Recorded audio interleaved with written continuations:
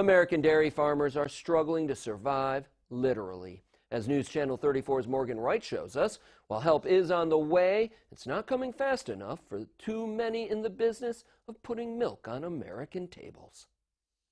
We're seeing suicides at an all-time high in the dairy industry.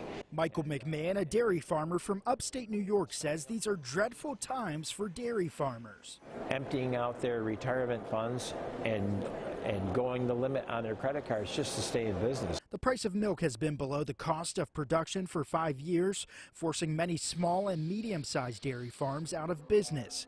McMahon says international trade disputes are just making things worse. When NAFTA was put on the shelf to be dissolved, all of a sudden these trade wars and tariff barriers went up. In the past year, you saw more than 7 dairy farms failing every day in the United States. Alan Burga with the National Milk Producers Federation says there's optimism that the U.S.-Mexico-Canada trade agreement, the NAFTA replacement, could provide some relief. Expanded market access to Canada. But Congress must still vote to approve the USMCA, and right now it's stuck in both the House and Senate. New York Congressman Anthony Brindisi says while he knows dairy farmers need help now, the USMCA still needs work to be sure the dairy farmers get a fair shake.